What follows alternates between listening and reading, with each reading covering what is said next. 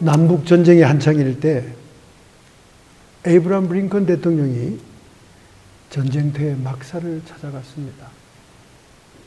그때 대통령 각하를 맞이한 대장 육군 대령이 대접하는 의미에서 좋은 위스키 한 잔을 따라서 대통령에게 권했습니다.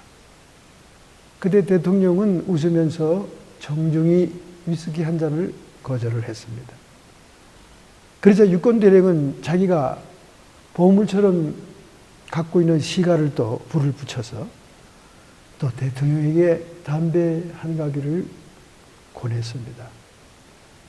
그때 또다시 링컨은 정중히 거절을 했습니다. 이렇게 되니까 육군 대령은 남자로서 서로 대접하기 위해서 친절을 베풀었던 것이 무관하게 됐던 것입니다. 그래서 의아한 눈치를 보내니까 에이브러함 링컨 대통령은 이런 얘기를 했습니다. 내가 9살 때 되었을 때 우리 어머니는 여전히 병상에 누워 있었고 병상에 누워있는 어머니는 저를 항상 침대 곁을 불러서 성경을 읽어주거나 저를 위해서 기도해 주거나 때때로 내가 살아가야 될 일에 대해서 얘기를 해주곤 했습니다. 그러던 어느 날 자신의 침대 머리 옆에 앉게 하시더니 성경책을 펼치고는 이렇게 얘기를 했습니다. 얘야, 내가 죽기 전에 너에게 약속할 일이 있다. 많은 약속들이 있지만 지금 생각나는 약속이 있어. 평생에 담배도 피지 않고 술도 먹지 않겠다고 나랑 약속할 수 있겠니? 그 당시에 신앙은 청교도 신앙이었습니다. 깨끗한 믿음을 갖기를 원하는 그들의 신앙에 많은 절제들이 있었습니다. 그때 어떨 김에 에이브러함 링컨은 어른들이 즐겨하는 술과 담배에 대한 어머니의 부탁인 걸로 알고는 성경책에 손을 얹고 어머니의 차디찬 손 위에 손을 얹고 네, 그렇게 약속을 드리죠. 어머니 걱정하지 마세요. 이렇게 약속을 했다는 것입니다. 임종을 앞두고 있던 어머니와의 그 약속, 그 성경책 위에 손을 놓고 했던 그 약속 때문에 그는 정치를 하면서도 술, 담배를 하지 않았다는 겁니다. 이처럼 돌아가시는 부모님과 함께, 어머님과 함께 한 약속이라도 그는 평생을 지키려고 했던 그런 신실성이 그에게 있었습니다. 오늘 우리 본문의 말씀은 자신의 정체성에 대해서 얘기하면서 하나님께서 자기를 증거하신다 하는 얘기를 하고 있습니다. 자신을 일개 랍비로 시골 청년으로 대우하고 있는 그 당시의 종교 지도자들을 향하여 그들이 존경하고 가장 유일한 선지자로 여기는 모세를 언급하면서까지 자기의 정체성에 대해서 얘기를 합니다. 이전에는 세례 요한을 통해서 많은 증거를 예수님이 받았습니다. 그러나 예수님께서는 세례 요한의 증거만이 자기의 정체성을 얘기하는 것이 아니다. 그렇게 오늘 본문의 말씀에 얘기를 하고 있는 것입니다. 나를 위하여 증거하시는 이가 따로 있으니 나를 위하여 증거하시는 그 증거가 참인 줄로 아노라. 너희가 요한에게 사람을 보내매 요한이 진리에 대해서 증거하였느니라. 그러나 나는 사람에게서 증거를 취하지 아니한다. 단순히 세례 요한이라고 하는 회개를 촉구하는 선지자를 통해서만이 증거를 구하는 게 아니다 그 말입니다. 왜 그렇게 얘기하느냐? 이것은 너희로 구원을 얻게 하기 위함이다. 예수님 자신이 구원의 통로임을 얘기하기 위해서 이렇게 얘기를 했습니다. 단순히 세례 요한은 켜서 비치는 등불이다. 그러나 자신의 정체성을 증거하는 분은 하나님이시다는 거예요. 본래 율법에는 증거는 두세 사람이 증거를 해야 됩니다. 오늘 본문에서 예수님께서는 하나님이 친히 음성으로 자기를 증거하신다. 그렇게 얘기를 합니다. 자기 내면에 하나님과의 교제뿐만 아니라 하늘문이 열리며 하나님의 음성이 증거하신다. 그렇게 얘기합니다. 사실이죠. 마태복음 3장 16절 17절에 그가 요단강에 세례를 받으실 때 성령이 비둘기같이 강림하시면서 하늘이 열리고 이는 내 사랑하는 아들이요 내 기뻐하는 자다. 하나님의 음성이 들립니다. 두 번째는 변화산에서 마태복음 17장 5절에 이 지상의 어떤 빨래보다 더 새할 수 없는 찬란한 광채 속에서 주님이 변하면서 그 주변에 있는 제자들이 하나님의 음성을 듣게 되는 거예요. 그 옆에는 그들이 존경하는 모세가 있고 그 옆에는 엘리야가 있었습니다. 그래서 예수님도 모세와 엘리야 같은 주의 종들 중에 하나인 것처럼 이 세 제자가 여길까 봐 하나님이 하늘로서 말씀이 들리기를 이는 내 기뻐하는 자니 너희는 그의 말을 들어라. 모세의 말도 엘리야 말도 중요하지만은 더 귀한 말씀의 본체이신 하나님의 아들 예수를 가장 소중하게 여겨라. 그런 말씀이 증거되죠. 세 번째는 얼마 전에 메시지를 증거한 바 있는 요한복음 12장 28절부터 29절에 나오는 헬라인들이 예수님을 모시러 왔을 때 하늘의 밀알의 비유를 들어 십자가를 통한 영광을 그들에게 얘기하지 않습니까? 하늘의 밀알이 땅에 떨어져 썩지 아니하면 그대로 있고 썩으면 많은 열매를 맺느니라. 제가 하나님께 영광을 돌리고 싶습니다. 그렇게 얘기할 때 하늘이 열리면서 하나님의 음성이 들리지. 어떤 사람은 우레소리라 그러고 어떤 사람은 천사가 말하였다고 하는 그 하나님의 음성이 모든 사람들에게 들렸다는 거예요. 너는 이미 나에게 영광을 돌렸고 또 앞으로 영광을 돌리게 되리라. 십자가의 죽음. 예수님의 대속의 죽음이 얼마나 영광스러운 것인가를 주님이 직접 음성으로 얘기하신 것입니다. 이처럼 하나님께서는 직접 음성으로 하늘로부터 들려주시기도 하고 끊임없이 예수님의 내면 속에 영적인 대화로 교제를 하고 있는 거예요. 오늘 본문에 말하잖아요. 내가 아무것도 스스로 할 수 없다. 하나님이 들려주는 음성과 계획대로 한다 그 말이죠. 듣는 대로 심판하노니 나는 나의 원대로 하려 하지 않고 나를 보내신 이의 원대로 하려는 거로 내 심판은 의로우니라. 주님과 깊은 교제 가운데 내면의 대화 가운데 주님의 인도를 따르고 있다고 얘기하고 있는 것입니다. 결정적으로 세례 요한의 증거보다 더 위대한 것은 주님이 하실 사역 때문에 증거가 된다는 거예요. 초림하신 주님, 인간의 모습으로 오신 주님이 그가 한 사역이 무엇입니까? 인류를 대속하기 위한 십자가의 죽음이라는 화목제물, 희생제물이 된 것, 그 사역 자체가 예수님의 정체성을 증거한다.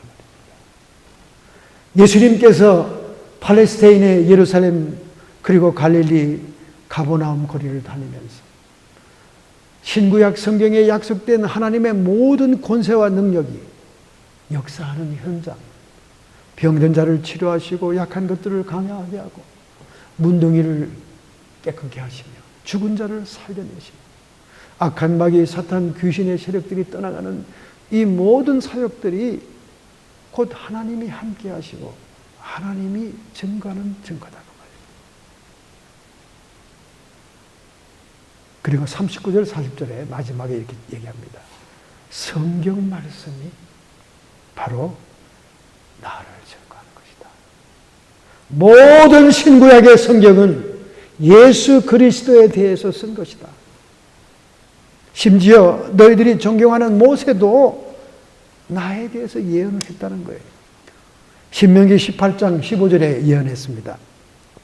내 하나님 여호와께서 너희 중 내 형제 중에서 나와 같은 선지자 하나를 너를 위하여 일으키시리니 너희는 그를 들을지니라.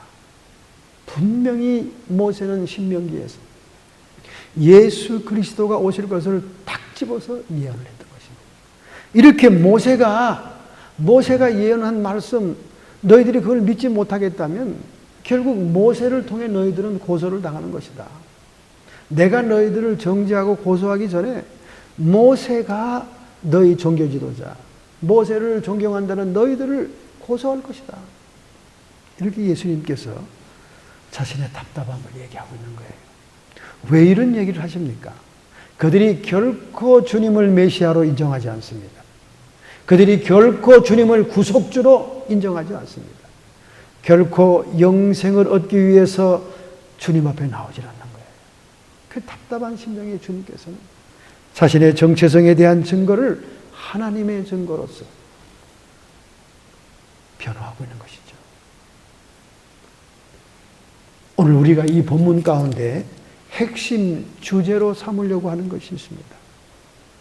그것은 바로 너희가 서로 영광을 취하고 유일하신 하나님께로부터 오는 영광을 구하지 아니하니 어찌 나를 믿을 수 있겠느냐. 하나님께로부터 오는 영광, 하나님께로부터 오는 영광은 구하지 않고 너희들이 서로 주거니 받거니 칭찬하고 인정하고 잘났다 그러고 영광을 서로 인간에게서 구하고 있으니 어찌 하나님의 영광의 모습으로 온 나를 믿을 수가 있겠느냐. 탄식하는 거예요. 너희가 성경에서 영생을 얻는 줄 생각하고 성경을 상고하거니와 이 성경이 곧 내게 대하여 증거하는 것이다. 구약 성경의 350번 이상을 예수님의 오심에 대해서 증거하고 있습니다. 구체적인 아주 직접적인 증거가 있습니다. 간접 증거는 더 많죠. 그러나 너희가 영생을 얻기 위하여 내게 오기를 원하지 아니하는구나. 예수님을 영생을 주시는 하나님의 아들로 인정하지 않는다는 거예요. 나는 사람에게서 영광을 취하지 않는다. 우리 예수님은 사람의 인정받기 원치 않습니다. 사람들이 영광을 구하지 않아도 괜찮습니다.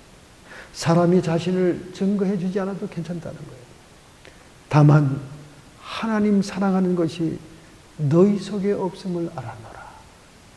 정말 하나님을 사랑하고 정말 하나님을 경외하는 자라면 예수님을 알아본다는 거예요. 예수님을 믿으려고 한다는 겁니다. 하나님 사랑한다고 겉모습은 보여지는데 하나같이 자기를 사랑하기 때문에 예수님을 알아보지 못한다는 겁니다. 또한 나를 보내신 아버지께서 친히 나를 위하여 증거하셨느니라. 너희는 아무 때에도 그 음성을 듣지 못하였고 종교 지도자를 자처하고 하나님을 믿는다고 자처하지만은 하나님의 음성을 듣지 못한다는 거예요.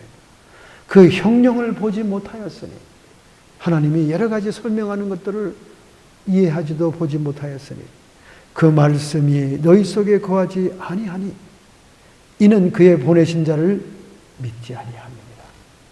이 예수님의 말씀을 거꾸로 적용한다면 예수 그리스도를 믿고 영접하고 그분을 따르고 섬기는 자들은 하나님의 음성을 들을 수도 있고 하나님의 은혜를 이해할 수도 있고 하나님의 예비한 것들을 우리 볼 수도 있는 그런 영적인 사람이 될 수 있다는 거예요. 할렐루야. 이 예수님의 역설적인 진리 속에서 오늘 여러분과 저는 영생 되시는 예수 그리스도로 인해서 하나님의 음성을 들을 수도 있고 하나님의 은혜를 발견할 수도 있고 또 우리 속에 거하시는 그 주님의 영광을 볼 수 있는 자리에 들어가야 되겠습니다. 할렐루야. 자, 그러면 하나님께로부터 오는 영광을 본다 하는 이 말의 뜻이 무엇일까? 무슨 깊은 뜻이 있는 것일까? 여러분, 이스라엘 유대민족 하나님의 백성을 The Covenant People이라고 합니다. The Covenant People. 언약의 백성이라고 해요. 그들만, 그 이스라엘만 언약의 백성이 아니죠. 이제는 이 교회에 속한 모든 성도들도 영적인 이스라엘로 언약의 약속의 백성들입니다. 그래서 하나님과 백성 사이의 관계는 언약의 관계다. 언약의 관계, 약속의 관계다. 그렇게 얘기합니다. 이 약속, 언약이라는 말을 히브리 원어로 베리트라고 얘기합니다. 베리트. 베리트는 허리띠처럼 묶는다 그런 뜻입니다. 그래서 에베소서 6장에 보면 하나님의 전신갑주를 얘기할 때 진리의 허리띠를 묶으며 그런 말이 나오잖아요. 이 진리란 말은 하나님의 약속을 얘기하는 것이거든요. 오늘 여러분과 저도 오늘 주의 백성들은 하나님과 약속의 백성들이라는 거예요. 메리트, 진리의 허리띠로 묶은 관계다 그 말입니다. 그래서 우리 구약 성경에 보면 이스라엘이 타락하고 이스라엘이 우상 숭배하고 하나님을 떠날 때 이 허리띠, 이 줄로 비유하면서 선지자들에게 이스라엘 백성에게 경고하라는 그런 말씀이 많이 나옵니다.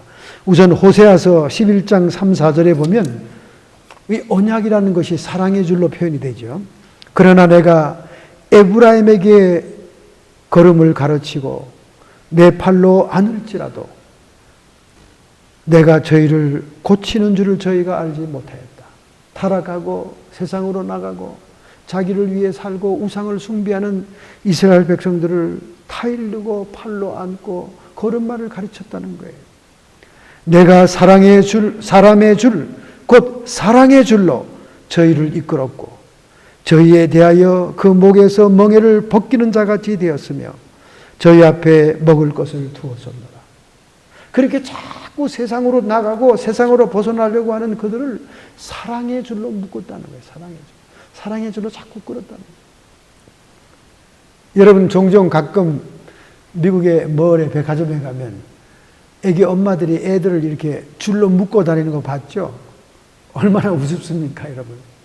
참 대단하죠. 애들이 한참 5살, 7살 사이에 막 걸어다니고 뛰어다니고 어느 사방 어느 쪽으로 튈지 모르는 럭비공 같은 상태니까 그 인파가 많은 백화점에서 애들을 잃어버릴까 봐 어머니들이 애 허리띠에 허리띠를 묶어서 줄을 길게 마치 개줄처럼 묶어서 다니는 걸 많이 보고 참으로 실제적인 모습이다 그런 생각을 했습니다. 바로 그런 모습이 사랑의 줄이라는 거예요. 우리 하나님도 그런 줄로 묶어서 끌었다는 거예요. 잡아 끌었다는 거예요. 그래도 그들은 타락합니다. 그래도 그들은 사랑의 줄을 끄는 그들을 하나님을 돌이키지 못하고 세상으로 나가잖아요. 그래서 예레미야 선지자를 통해서 이 사실을 선고합니다. 13장 1절부터 11절에 여호와께서 이같이 내게 이르시되 너는 가서 뱃띠를 사서 내 허리에 띠고 묻어두지 말라 하시구로. 이 뱃띠라는 것은 회개를 의미하는 또 띠입니다. 회개를 의미하는 띠죠. 너는 사서 내 허리에 띈 띠줄을 가지고 일어나 유브라데로 가서 강가로 가라 그 말이죠. 그것을 바위 틈에 감추어라. 하나님의 사랑의 줄로 그들을 끌고 이끌고 어떻게 보라도 돌이켜보려고 애를 썼지만 말을 안 들으니까 이제 그 띠를 유브라데 강가 바위에 숨겨라. 특이한 행동을 시키는 거죠. 명하신 대로 물가의 띠를 감추니라. 7절에 가니까 거기서 감추라 한 띠를 취하라 하시기로 얼마 시간이 지난 다음에 취하라 하시기로 그 띠를 취했더니 바위 속의 띠가 썩어서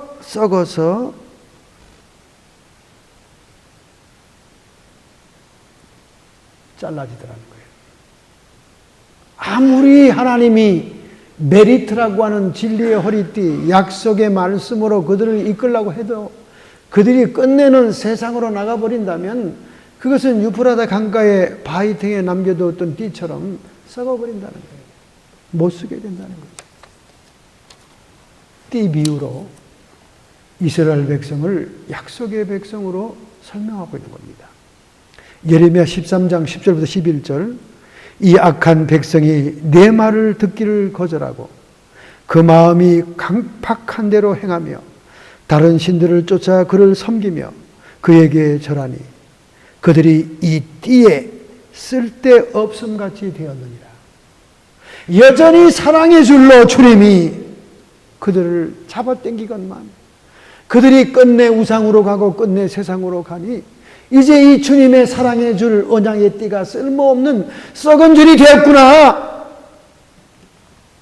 예레미야 선지자를 통해서 탄식하며 경고하는 모습이 예언자의 말씀인 겁니다. 나 여호와가 말하노라, 띠를 사람의 허리에 속함같이, 띠가 사람의 허리에 속함같이 내가 이스라엘의 온 집과 유다의 온 집으로 내게 속하게 하며 그들로 내 백성이 되게 하였으나 내 이름과 칭의의 영광이 되게 하려 하였으나 그들이 끝내 듣지 아니하였도다.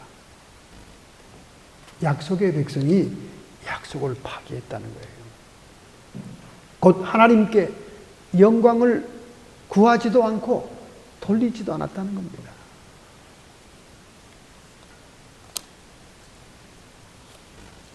하나님의 약속의 말씀은 두 단계로 이스라엘 백성에게 주어졌지 않습니까? 하나는 율법의 단계죠. 율법의 단계. 시내산 꼭대기에서 모세가 돌판에 새겨서 내려온 십계명을 비롯하여 신명기에 많은 율법들이 낭독이 되지 않습니다. 쓰여진 말씀, 율법. 오늘 우리 영적 이스라엘 교회 성도들에게는 성경 말씀, 성경 말씀입니다. 두 번째는 임하는 말씀이 있지 않습니까? 선지자를 통해서 들려지는 말씀에 선포하는 말씀. 율법의 말씀을 지키지 않고 그들이 세상으로 나가 하나님의 사랑의 줄을 원치 아니하니까 예레미야 선지자를 통해서 쓸모없는 띠의 모습을 상징적으로 보여준 겁니다. 그래서 들려주는 말씀, 선지자의 말씀으로 그들에게 심판을 경고하고 회개하기를 돌이키는 그런 말씀들이 구약의 말씀이 아닙니까? 오늘날도 이 율법 같은 말씀이 우리 성경에 쓰여진 기록된 말씀이라면 선지자와 같이 들려지는 말씀은 강대상에서 들려지는 주의 종들의 말씀과 그리고 성령의 은사로 주어지는 예언의 말씀인 것입니다. 먼저 강대상에서 성령의 감동으로 주어지는 주의 종들의 말씀이 들려지는 말씀이에요. 보이는 말씀은 성만찬 예식이죠. 보이는 말은 성만찬 예식. 특별히 성령 시대에는 성령의 은사로서 예언의 은사가 있습니다. 고린도전서 14장 예언의 은사는 교회의 덕을 세우는 것이다. 그렇게 말했습니다. 예언 은사자들이 예언을 받은 것과 같으면 교회를 떠나는 분들이 많습니다. 교회를 떠나면 예수 무당되는 거예요.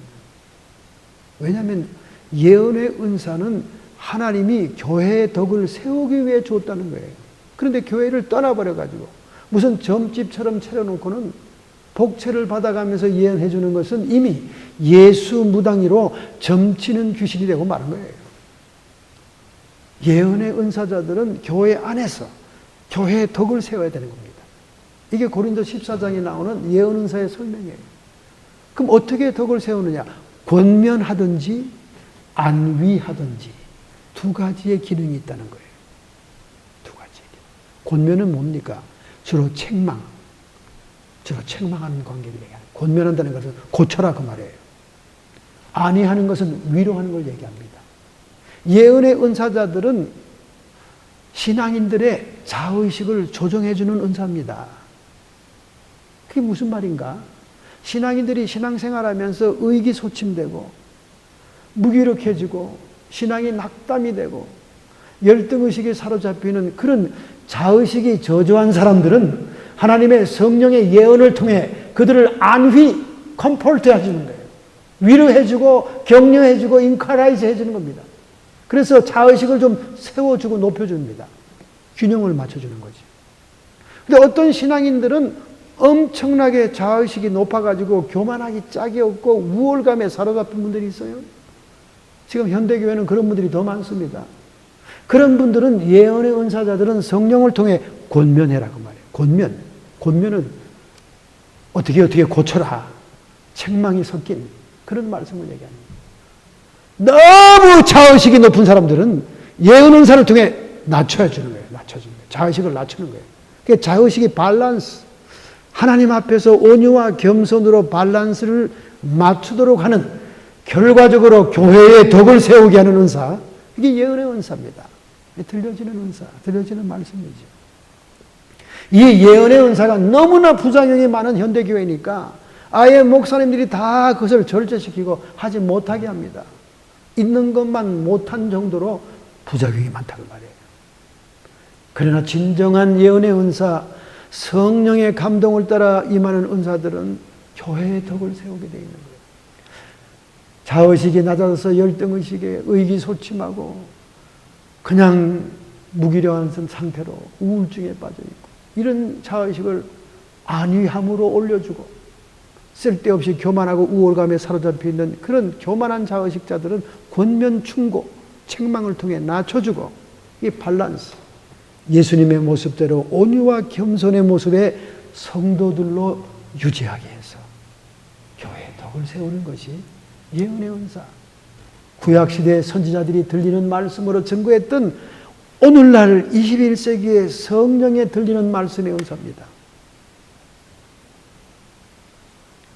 바로 이런 것들이 베리트, 하나님의 약속의 백성들에게 주어지는 약속의 말씀들이에요. 오늘도 여러분과 저에게 우리 교회 속에 하나님의 수많은 약속들이 있다는 거예요. 오늘 본문 34절을 보겠습니다. 첫째로 34절. 그러나 나는 사람에게서 증거를 취하지 아니하노라. 다만 이 말을 하는 것은 너희로 구원을 얻게 하려 합니다. 39절의 말씀. 너희가 성경에서 영생을 얻는 줄 생각하고 성경을 상고하거니와 이 성경이 곧 내게 대하여 증거하는 거다. 구약시대는 율법이 쓰여진 약속이라고 했습니다. 오늘 우리 현대 성도들에게는 이 성경이 우리에게 쓰여진 약속입니다. 구약시대 성도들이나 오늘 신약시대 성도들이나 성경 말씀 속에 영생이 있는 줄 알고 성경을 엄청 묵상하고 많이 읽습니다. 그러나 성경이 가르치고 있는 예수 그리스도의 인격을 만나지 못한다. 설령 그 인격을 만났다 할지라도 그를 따르거나 섬기지 못한다면 우리의 신앙은 결코 영생에 이르지 못합니다. 영원한 생명에 접촉하지 못합니다. 그것을 주님께서 경고하고 있는 거예요. 얼마나 많은 현대의 성도들이 지적인 수준이 높습니까? 부흥회보다는 제자 양육 훈련이 더 많이 실시된 시대가 아닙니까? 이성이, 그리고 성경의 지식이, 수많은 성경에 대한 정보가 홍수의 바다처럼 성도들의 머릿속에 차지하고 있잖아요. 어지간히 성경을 모르는 사람이 그렇게 많지 않습니다. 심지어 평신도들이 헬라어 성경 원문과 히브리어 성경 원문을 읽는 시대가 됐어요. 그리고 여러분이 가지고 있는 성경 자체가 주석과 해석이 다 밑에 돼 있습니다. 성경 지식이 많다고 우리가 주님을 만난 건 아니거든요. 성경 지식이 많다고 우리가 하나님과 인격적인 교류가 있는 건 아니거든요. 그래서 히브리서에 그런 말씀이 있잖아요. 히브리서 4장 12절. 저희가 이같이 우리도 복음 전함을 받은 자이나, 그러나 그 받은 바 말씀이 저희에게 유익되지 못하는 것은 듣는 자가 믿음으로 화합지 아니합니다. 오늘 수없는 복음을 접하고 수없는 하나님의 성경 말씀을 접하고 정말 주석 성경, 해석 성경을 들고 다니면서 얼마나 깊이 있게 말씀을 듣고 배웁니까? 그런데 그 말씀들이 성도들에게 별로 유익이 없다는 거예요. 별 영향이 없다는 거예요. 그거 왜 그러냐? 히브리서 4장 2절이 말하는 것은 듣는 자가 믿음을 화합지 아니함이니라. 이 말은 우리 주님이 말씀한 것 똑같은 말씀이에요. 하나님의 보내신 자를 믿지 아니함이라. 하나님의 보내신 자 예수를 믿지 않으니까 하나님의 음성도 들리지 않고 하나님의 은혜도 깨닫지 못한다 그 말이죠. 우리는 이론적이고 지식적인 신앙, 정보의 신앙에서 벗어나야 됩니다. 여러분의 인생 속에서 예수 그리스도의 인격이 동행하는, 함께하는 체험적인 신앙이 되어야 돼요. 체험적인 신앙. 여러분이 지금까지 체험적인 신앙이 별 뾰족하게 없었다면 앞으로는 그것을 추구해야 됩니다. 주님의 인격적인 만남을 통해서 내 삶의 변화와 하나님이 나와 동행한다는 사실을 체험적인 것이 있어야 된다고 말해요. 체험적인 것. 그 당시에 종교 지도자들이 성경을 파고 파면 서기관들이 성경을 필사하는 사람들 아닙니까? 점 하나 다 찍는 사람들 아닙니까? 성경을 필사하다가 야훼 이름이 나오면 부르지도 못하고 묵음으로 지나가면서 그 붓으로 딴 붓으로 새 붓으로 쓰지 않습니까? 목욕 제기하고 쓰지 않습니까? 얼마나 지식에 대해서는, 말씀에 대해서는 존경심이 강합니까? 그러나 체험적인 관계, 인격적인 관계, 믿음이 화합지 않으니까 아무런 유익이 없더라는 거예요. 심지어 유대인으로 왕으로 나실 분이 베들레헴에서 난다는 사실이 서기관들의 율법에 의해서, 그 예언서에 의해서 알고 있건만 그냥 옆집 나라 얘기처럼 헤롯 왕에게 얘기하지 않습니까? 이론과 지식에 불과한 거지요. 오늘 우리가 하나님께로부터 오는 영광을 구하는 길은 성경적인 지식에서 끝나는 것이 아니라, 율법적인 말씀에서 끝나는 것이 아니라, 우리의 신앙이 우리의 삶 속에서 녹아지는, 믿음으로 화합되고 예수님의 인격으로 융화되는 체험적인 신앙으로 바뀌어야 된다는 거예요. 할렐루야. 그런 노력이 여러분에게 있어야 돼요. 그런 결단이 여러분에게 있어야 돼요. 예수님 따로 나 따로 국밥으로 평생 가야 신앙의 성숙과 발전이 없습니다. 우리는 뭔가 비장한 결심을 가지고 말씀이 육신이 되는 그 체험이 나에게 있어야 되겠다. 이런 결단을 내려야 하나님께로부터 오는 영광을 체험할 수 있는 것입니다. 신구약 성경에 그토록 하나님이 약속했던 그 약속이 가장 실존적으로 구체화된 것은 바로 예수 그리스도의 오심입니다. 예수 그리스도의 오심이에요. 요한복음 1장 14절에 있지 않습니까? 말씀이 육신이 되어 하나님이 수많은 쓰여진 말씀, 들려지는 말씀, 약속의 말씀들이 육신이 되었다는 거예요. 인카네이션, 육신이 되었다는 거예요. 눈으로 보이는 현실이 되었다는 겁니다. 우리 가운데 거하시네. 말씀의, 약속의 말씀이 우리 가운데 와서 인격적인 존재가 됐다는 겁니다. 우리가 그 영광을 보니 아버지의 독생자의 영광이요. 예수님을 얘기하는 겁니다. 은혜와 진리가 충만하더라.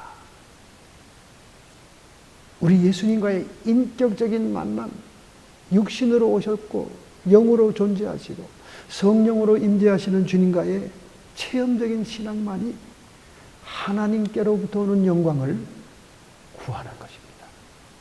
할렐루야. 우리의 신앙을 이제 단계를 좀 높여야 되겠어요. 체험적인 신앙이 필요합니다. 두 번째입니다, 여러분. 두 번째 41절 말씀, 44절을 보겠습니다. 41절. 나는 내 아버지의 이름으로 왔음에 너희가 영접하지 아니하나. 초림으로 주님이 이스라엘 땅에 왔을 때 핍박과 학대와 모진 고난 속에 결국 십자가의 죽음까지 당하는 푸대접을 받지 않습니까? 만일 다른 사람이 저 그리스도가 자기 이름으로 오면 영접하리라.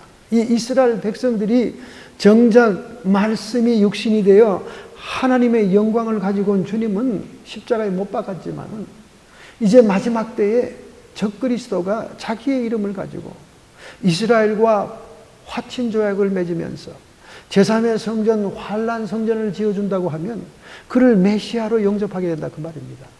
요한계시록에 나오는 얘기를 설명하는 거예요. 너희가 서로 영광을 취하고 유일하신 하나님께로부터는 영광을 구하지 아니하니 어찌 나를 믿을 수 있겠느냐. 하나님을 사랑하는 마음도 없고 그리고 하나님께로부터 오는 영광을 구하는 것이 아니라 서로 자기들끼리 영광을 주거니 받거니 한다는 거예요. 오늘 우리 21세기 현대 교회의 모습입니다. 현대 교회의 모습이에요. 교회 안에서 다양한 행사와 다양한 모든 프로그램, 세상의 문화가 교회를 지배하고 있는 겁니다. 그래서 음녀교회다 그렇게 얘기하잖아요. 세상 임금들과 짝한 음녀교회다, 타락한 교회다 그렇게 얘기하잖아요. 하나님은 그 교회를 바벨론과 함께 적그리스도와 함께 심판하잖아요. 마지막까지 해입은 여자교회, 찬란한 주님을 그대로 모시고 있는 해입은 여자교회, 광야교회만이 우리 주님 오실 때 들림받아 환영해서 하나님의 영광의 새 예루살렘 성에 들어가지 않습니까? 왜 하나님께로부터는 영광을 취하지 않습니까? 하나님 사랑하는 것이 아니라 자기를 사랑하기 때문에 그렇습니다. 하나님 사랑하지 않기 때문에 자기를 사랑하기 때문에. 여러분, 우리는 자기의 소원과 자기의 뜻, 자기의 마음의 생각을 이루기 위해서 영광을 구하지 말고 우리 하나님의 약속에 따른 그 약속을 구함으로 약속을 이루어지기 성취하기를 원함으로 하나님께로부터 오는 영광을 구해야 됩니다. 할렐루야. 요한복음 14장 13절부터 14절에 그 얘기가 나와요. 너희가 내 이름으로 무엇을 구하든지 이는 아버지로 하여금 아들을 인하여 영광을 얻으시게 하려 함이니라. 내 이름으로 무엇을 내게 구하면 내가 시행하리라. 예수의 이름 때문에 아들의 이름으로 구하는 그것을 하나님이 영광을 받으시려고 응답해 준다는 거예요. 어떤 기도를 하면? 하나님의 약속을 구하는 기도를 하면. 할렐루야. 이미 여러분이 잘 알고 있는 독일의 목사님이었던 조지 물러, 그는 영국에서 브리스톨에서 3,000명 이상의 고아원을 평생 운영하지 않습니까? 여러분, 고아 사업에 얼마나 물자가 많이 들어갑니까? 3,000명 일용할 양식만 해도 어마어마한 돈이 들어갑니다. 그러나 그는 93세에 소천하기까지, 93세에 눈을 감을 때까지 그는 60년간 5만 번의 기도의 응답을 받습니다. 5만 번의 기도 응답. 그래서 기도 응답의 대명사가 조지 물러 목사님이에요. 그가 평생 기도 응답으로 받은 금액이 720만 달러입니다. 720만. 옛날 얘기니까 720만 달러면 어마어마한 돈입니다. 그럼 어떻게 이 조지 물러는 그렇게 5만 번씩이나 기도를 통해 3,000명 이상의 브리스톨 고아원의 고아들을 먹여 살렸을까요? 그는 현실적으로 필요한 일이 있거나 하나님께 구하여야 될 일이 있으면 그냥 무조건 기도를 시작하는 게 아닙니다. 자기의 필요와 문제에 해당하는 하나님의 약속이 무엇인가를 먼저 찾아요. 그래서 어느 날 기도도 급한데 성경에서 자기 문제와 같은 약속이 어디에 있는가 찾느라고 며칠씩 시간을 보내기도 했습니다. 반드시 하나님의 약속이 찾아져야 그 약속을 놓고 자기의 필요를 구했던 거예요. 할렐루야. 그러면 그 기도가 너무나 응답이 잘 되는 겁니다. 하나님의 약속을 따라 기도해서 응답을 받는 일이야말로 하나님의 깨로부터 오는 영광을 구하는 기도다 그 말이에요. 방금 전에 제가 봉독했지 않습니까? 요한복음 14장 13절부터 14절 너희가 내 이름으로 무엇을 구하든지 이는 아버지로 하여금 아들을 인하여 영광을 얻으시게 하려 함이니라. 예수의 이름으로 구했는데 그 예수의 이름으로 구한 약속이 성취되고 응답됨으로 인해서 하나님이 영광을 받게 되었다는 거예요. 고 봐라, 하나님은 신실하신 분이 아니냐, 하나님은 전능하신 분이 아니냐, 하나님은 천지를 지으셔서 우리를 사랑하는 분이 아니냐, 약속을 시건치 아니하시고 반드시 성취하는 분이잖아. 하나님이 그 영광을 받기 위해서 그 기도를 들어준다는 거예요. 내 이름으로 무엇을 내게 구하면 내게 시행하리라. 그러므로 오늘 우리가 주제를 삼고 있는 하나님께로부터 오는 영광을 구한다는 말은 다른 말로 하나님의 약속을 성취해 드리는 기도. 그래서 응답을 받는 기도는 하나님께로부터는 영광을 구한 기도다 그 말입니다. 얼마나 하나님이 자기의 약속을 성취하는 걸 보고 기뻐하시겠습니까? 그러므로 오늘 병든 자가 있습니까? 치료하시는 하나님의 약속을 믿으시고 예수 그리스도의 이름으로 질병을 이기시고 극복하실 때 하나님은 여러분을 통해 영광을 받으시는 거예요. 이런 것이 우리 체험적인 신앙이 되는 겁니다. 여러분의 가정에 필요가 있습니까? 여러분의 자녀의 문제가 있습니까? 자녀 문제에 대한 약속을 놓고 하나님께 구하여 기도가 응답받으면 하나님께로부터 온 영광을 구한 것이고 하나님은 그 약속을 이루어 주시면서 기뻐하시고 영광을 받으신다 그 말이에요. 할렐루야! 이것이 쌓여가는 것이 우리의 체험적인 신앙입니다. 오늘 우리들에게 체험적인 신앙이 빈약한 것은 약속대로 구한 것이 없기 때문에 그래요. 그냥 아프면 병원으로 달려가고 아프면 약을 털어놓으면 되는 거고 문제가 있으면 빽줄 있는 사람 찾아가고 돈이 필요하면 돈을 있는 사람에게 꼬로 가면 되는 거고 모든 것이 내 개인 인간적인 재능과 인간적인 힘으로 풀어나가며 살아오니까 하나님께서 약속을 이루실 만한 기회를 드리질 않는 거예요. 그러니까 하나님께로부터 오는 영광을 구하지도 않는 겁니다. 그러니까 우리 신앙이 체험이 빈약한 거지. 지식적이고 이론적인 신앙, 두뇌의 신앙은 결코 비바람을 견디지 못합니다. 마지막 때에 사탄의 미혹을 이기지 못합니다. 우리 마음속에 하나님의 약속이 분명히 이루어졌다는 응답받은 체험 신앙이 있다면 우리의 신앙은 탄탄한 반석 위에 서게 되는 것입니다.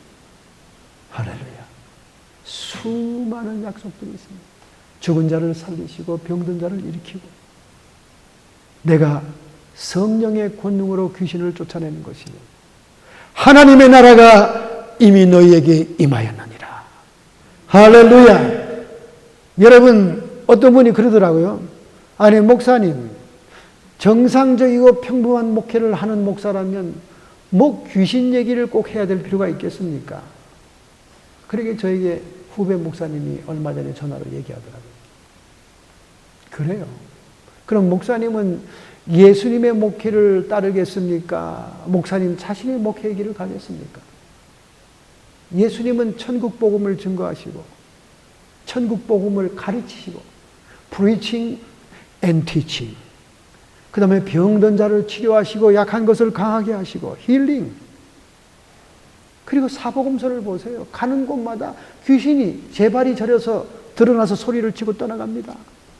Demon casting out. 이것이 예수 그리스도의 복음의 목회 사역이었어요. 오늘 이런 사역을 따르지 못하는 것을 목사님들이 수치스럽게 생각해야지. 무슨 세일즈맨 강습하는 것도 아니요. 무슨 대학에 강연하는 것도 아니요. 맨날 이론이나 떠들고 아름답고 깨끗한 말, 그냥 여기 앉은 회중들 누이 좋고 매부 좋은 얘기만 해가지고 그냥 앉혀놓고 술을 채우겠다는 그런 목회, 인간적인 목회, 복음의 능력과 하나님의 나라의 권세가 임하지 않은 목회, 그것이 무슨 예수님의 목회냔 말이에요. 이제 막 목사 안수 받고 목회를 출발하는 목사의 입에서 정상적인 목회를 하려면 어떻게 맨날 귀신 얘기만 합니까? 누군 귀신 얘기 하고 싶어 하나? 예수님이 하셨으니까 따라가는 거지. 예수님이 하신 목회 스타일이니까 하는 거지. 그걸 못 따르는 것을 송구스럽게 생각하고 그 능력에 못 미치는 것이 비참하게 여겨야지. 왜 예수님의 목회를 비판하면서 현대에 반다하고 그냥 겉모양만 번들번들한 메가처치만 추구하는 그런 목회를 해야 되냐 그 말이에요. 하나님께로부터 오는 영광은 구하지 않고 서로 영광을 취하니 어찌 나를 믿을 수 있겠느냐. 너희들에게 하나님 사랑하는 마음이 없는 것을 내가 알았노라. 이제 목회를 출발하는 그 목사의 마음에 하나님 사랑하는 마음이 없고 자기를 사랑하는 마음밖에 없어서 내가 경력을 잘 쌓고 이단 소리 듣지 않고 출세하는 목회, 번영하는 목회를 해야지. 그 야심찬 꿈 때문에 그런 말이 나오게 되는 거예요. 오늘날 섬마을로 목회 떠나는 신학생 없고요. 시골교회로 갈 목회자가 없습니다. 전부 다 대교에 빌 붙어가지고 또박또박 나오는 봉급 보너스금 타먹고 그 수많은 사람들 속에 인기와 칭찬을 받아가면서 자기의 경력을 쌓아서 다시 대교회 목회로 담임 목사로 가는 게 꿈이지. 예수님의 희생적인 목회를 담겠다는 그런 사명자들이 없어요. 없습니다. 제 주변에 수많은 목회자들을 경험하지만은 자기의 살신 성인에서 정말 하나님을 사랑하기 때문에, 주님을 사랑하기 때문에 주님의 목회를 따라가겠다는 그런 종들이 없어요. 평신도들이 더 잘합니다. 눈을 씻고 봐도 없습니다. 그런데 그 사람들의 조연들이 돼가지고 그 사람들의 하나의 숫자가 돼가지고 그 사람들을 이 시대에 보이는 번영과 성공의 아이돌을 만들어주고 거기에 박수갈채를 보내고 있지 않습니까? 얼마나 한심들합니까? 하나님께로부터 오는 영광을 구해야 됩니다. 너희가 서로 영광을 구하고 주님을 믿지 아니하니 하나님 사랑하는 마음이 없는 것을 내가 알았다. 우리 주님의 탄식, 오늘 이 시대에도 여전히 일어나고 있다는 거예요. 여전히 일어나고 있다는 것입니다. 얼마나 형식주의적인 삶입니까? 얼마나 위선적인 신앙입니까? 얼마나 출세지향적인 목회 야망입니까? 깨어져야 돼요. 부서져야 됩니다. 장재훈이라는 사람이 있었어요. 이분은 구로구에 구로 3동에 살던 분입니다. 형진이 아빠라고 불리는 분이에요. 그런 부인이 교회 나갈 때마다 야, 내 주먹을 믿어. 내 주먹을 믿어.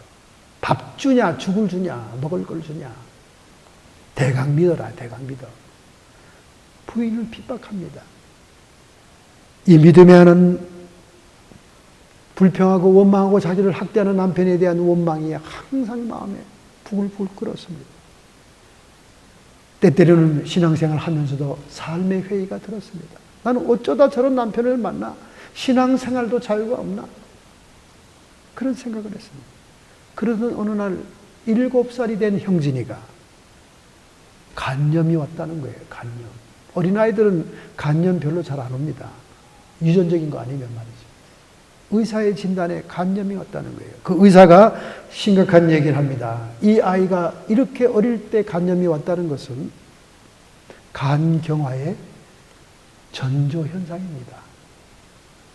그뿐 아니라 간경화가 발전하면 간암으로 일찍 죽을 수 있다는 끔찍한 얘기를 듣게 됩니다.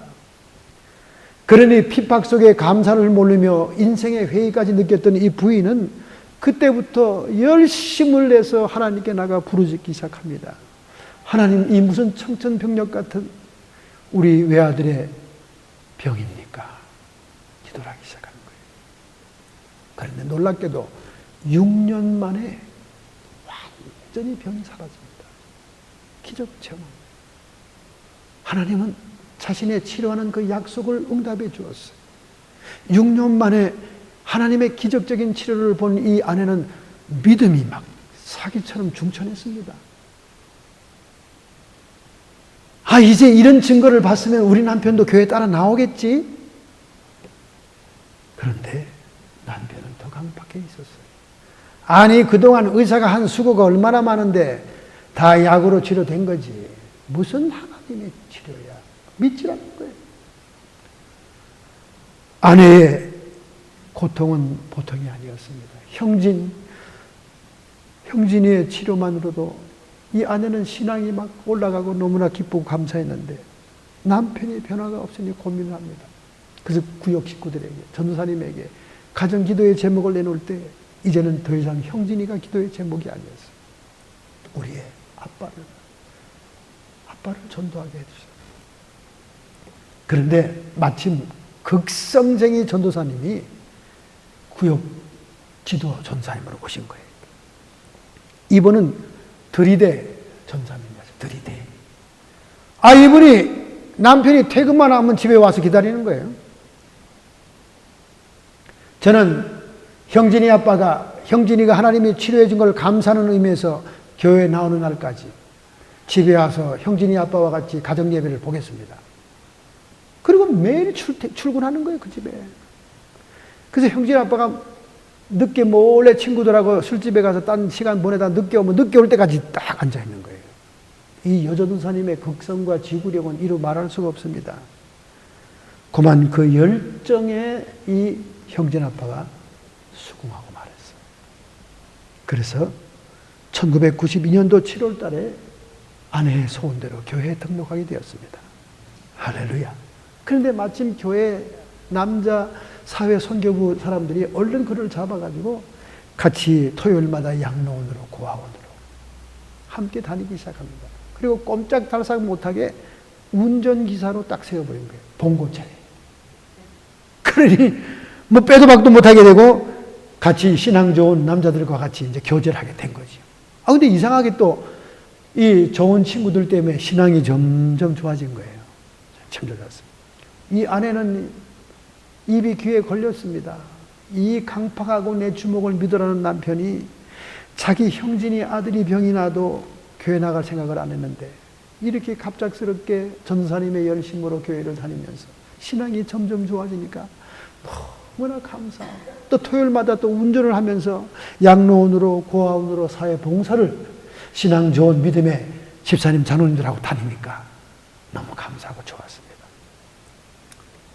그래서 이 아내가 하나님께 감사의 영광을 돌리고 있는데 1996년 3월 6일 날 갑자기 남편이 오른쪽 눈을 붕대로 맞고 퇴부를 일찍 했습니다. 그래서 깜짝 놀랐어요. 아니 당신 웬일이야? 내 눈이 안 보여. 오늘 날 12시부터 난 눈이 안 보여. 내가 무슨 사도 바울이냐? 난 12시부터 눈이 안 보여. 소리를 막 지르면서 당황한 거예요. 아니 그럼 여보 얼른 안과병원에 갑시다. 그래서 오후에 안과병원에 갑니다. 허둥지둥. 갔더니 종합진단을 하고 난 다음 오후 늦게 의사선생님이 소견을 발표하는 겁니다. 참으로 몸이 건강한 사람치고 있을 수 없는 병입니다. 오른쪽 눈 동공에 구멍이 나 있네요. 그 구멍이 나면서 실명이 된 겁니다. 그러니까 아내가 아니 왜 구멍이 나요? 남편도 왜 그런 일이 있습니까? 그랬더니 이것이 대개 스트레스로 오기도 하는 겁니다. 그 얘기를 들을 때 정말 깜깜해졌습니다. 남편은 퍽 주저앉더니 눈물을 흘렸습니다. 그럼 가망성이 없는 거예요. 거의 실명합니다. 동공에 구멍이 나 있어요. 그 얘기를 들은 구역 식구들이 그때부터 형진이 아빠를 위해서 모일 때마다 통성기도했습니다. 하나님, 아내의 소원대로 전도사님의 열심으로 이 아빠가 교회 나와서 그동안 한 일을 생각하세요. 고아원으로 양로원으로 갈 때마다 운전기사로 수고하고 고생이 난대. 이제 막 예수님을 잘 믿으려고 해가는데 이 무슨 불치의 병으로 실명을 합니까? 그리고 앞으로 한쪽 눈 가지고 어떻게 운전을 잘할 수가 있겠습니까? 봉고차 여러 사람을 싣고 다니는데 사고 나면 어떡합니까? 구역 식구들을 모이기만 하면 통성기도하고 울고 기도하기 시작했습니다. 근데 사람이요, 자기 아들이 아플 때도 급하지 않더니 자기 눈이 안 보이니까 급해진 거예요. 이 형제나빠가 급해진 거예요. 그날부터 수요 예배, 금요 예배 모든 예배를 참석하면서 통성으로 기도하고 하나님께 매달리기 시작합니다. 그리고 같은 선교부에 토요일마다 양로원으로 구화원으로 갔던 그 집사님 장로님들이 같이 한 자리에 모여서 붙들고 울면서 기도합니다. 하나님 아버지, 고넬로의 구제와 기도를 기억하신 하나님, 우리 형제나 아빠의 그 순수한 핸들과 봉사를 기억해달라고 막 기도합니다. 1997년 3월 2일, 딱 1년이 되었습니다. 갑자기 눈이 확 밝아지고 시력이 돌아왔습니다. 할렐루야. 정말 이 형제나 아빠는 하나님의 영광을 체험합니다. 하나님의 기적을 체험합니다. 정말 하나님은 창조주 하나님이시고 죽은 자를 살리시고 없는 것을 있는 것처럼 부르시며 나 여호와 치료하는 여호와라. 하나님의 놀라운 기적을 체험하게 됩니다. 그때부터 신앙이 완전히 급성장하는 겁니다. 이론적이고 다른 사람의 권유에 의해서 나왔던 신앙, 그리고 사회 봉사를 통해서 보람을 느꼈던 신앙의 차원에서 살아계신 예수 그리스도의 인격을 만나고 하나님 나라의 능력을 체험하며 성령의 권능의 치료의 역사를 맛보고 난다. 그는 통곡하고 울었습니다. 하나님께 자신을 드리겠다고 소원을 하게 되었습니다. 할렐루야. 신학대학에 지나간 거예요. 사명자가 된 겁니다. 마치 다메섹 도상에서 찬란한 빛 가운데 부활하신 주님을 만났습니다. 누구입니까? 당한 사울이 그에게 주님께 물어보자 나는 내가 핍박하는 예수다. 이 부인을 핍박하든가 사람들을 핍박하는 사람들은 꼬꾸라지면 주의 종이 되는가 봐요. 사도 바울도 핍박자였잖아요. 이 형제 아빠도 얼마나 아내의 신앙을 핍박했습니까? 그러나 동공이 치료되고 눈의 시력이 회복되고 완전히 시력이 돌아올 때 그는 두 손 들고 하나님 앞에 나와 주의 종이 되기를 소원하고 훈련을 받기 시작한 것입니다. 할렐루야. 여러분, 우리는 이론적인 신앙에서, 지식적이고 정보의 신앙에서, 머리의 신앙에서 하나님께로부터 오는 영광을 구하는 약속 실현의 체험을 통하여 우리의 신앙이 정말로 하나님을 사랑하는 신앙으로 변화되어야 될 줄 믿습니다. 오늘 이러한 마음으로 자기를 사랑하던 경지에서 하나님을 사랑하는 경지로 옮겨갈 수 있는 체험의 신앙을 추구한다면 오늘 결심하고 결단합시다. 여러분의 의지를 드려야 그런 기회도 오는 거예요. 옆집 잔디 보듯이, 길 건너 사람 넘겨보듯이 그런 신앙생활을 하다 보면 평생 그런 체험을 못합니다. 여러분에게 일어나는 모든 작은 사건들, 고통들, 어려움들을 하나님의 약속을 통해서 하나님의 영광이 실현될 수 있도록 구하시기를 부탁드립니다. 결단하고 결심하는 마음으로 여러분의 가슴에 손을 얹기 바랍니다. 오늘 전능자의 손길이 여러분의 머리 위에 있습니다. 우리 하나님의 성령이 우리를 둘러 있습니다. 하나님 아버지, 당시의 종교 지도자들이 예수님께 오기를 꺼려했고 주님을 믿지 아니한 것은 정말 하나님을 사랑하는 것이 아니라 자기를 사랑하고 자기의 영광을 구하는 삶이었기 때문인 줄로 믿습니다. 오늘 우리가 하나님께로부터 오는 영광을 구하겠습니다. 하나님이 수많은 약속을 하신 그 말씀이 우리의 기도로 응답받고 성취되는 것을 보기를 원합니다. 하나님, 이러한 체험적인 신앙으로 나가기를 결심하오. 결심하는 성도들을 축복하시고 하나님의 능력으로 덧입혀 주시옵소서. 나사렛 예수님의 이름 권세로 명하노니 성도의 육체의 역사는 모든 질병들은 그 고통과 함께 떠나가서 그 뿌리채 뽑혀나갈지어다. 우리의 마음속에 자기를 사랑함으로, 세상을 사랑함으로 끊임없이 다가오는 범민들을 떨쳐버리고 하나님 사랑으로 천국의 희열을 맛보게 해주시옵시며 영원한 생명과 영원한 생애의 목표를 새롭게 하여 주시옵소서. 이렇게 결심하는 성도들을 축복하시고 하나님의 권능의 손길로 능력을 부어 주시옵소서. 악한 마귀 사탄 귀신의 세력들, 회방하는 세력들 예수님의 이름 권세로 명하노니 이 시간 쫓김 받을지어다. 우리의 주변에서 떠나갈지어다. 우리의 직장, 사업장, 우리의 자녀, 손자, 손녀들, 우리의 교회와 우리의 조국과 이 나라 주변에서 쫓김 받을지어다. 오직 주님의 통치가 회복되게 해 주시옵시고 하나님의 나라가 공간적으로 임하는 그날까지 우리의 신앙은 날로 날로 체험적으로 단계를 높여나가게 주옵소서. 예수님의 이름으로 감사하며 축복하며 기도합니다.